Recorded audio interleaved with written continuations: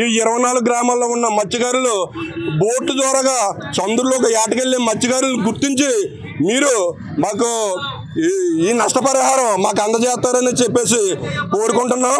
మరి ఈ అవకాశం ఇచ్చిన పత్రికా విలేకరులకి మరి నా హృదయపూర్వక నమస్కారాలు తెలియజేసుకుంటూ, అదేవిధంగా ఈ ఆయిల్ కంపెనీ వాళ్ళు ఇప్పుడు మళ్ళీ కొత్తగా ఒక వారం 10 రోజుల్లో సముద్రంలో మళ్ళీ పైప్ లైన్లు తయారు చేస్తానంటున్నారు, పైప్ లైన్లు వేస్తానంటున్నారు. ఆ పైప్ లైన్లు వేస్తే బోట్లు కూడా వెళ్ళడానికి లేదు.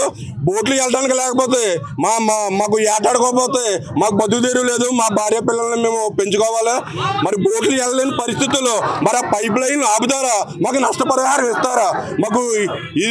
మాకు అధికారంగా ఈ గవర్నమెంట్ వాళ్ళే మాకు సమాధానం చెప్పవలసిన బాధ్యత ఉంది.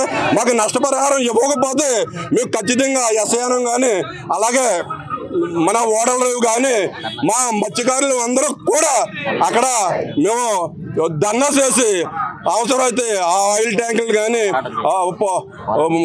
తీసి ఆఫ్ చేసి పోరాటం చేయడానికి కూడా మేము సిద్ధంగా ఉన్నామని చెప్పేసి ఈ పత్రికా విలేకరుల సమావేశంలో తెలియపరుస్తున్నాం.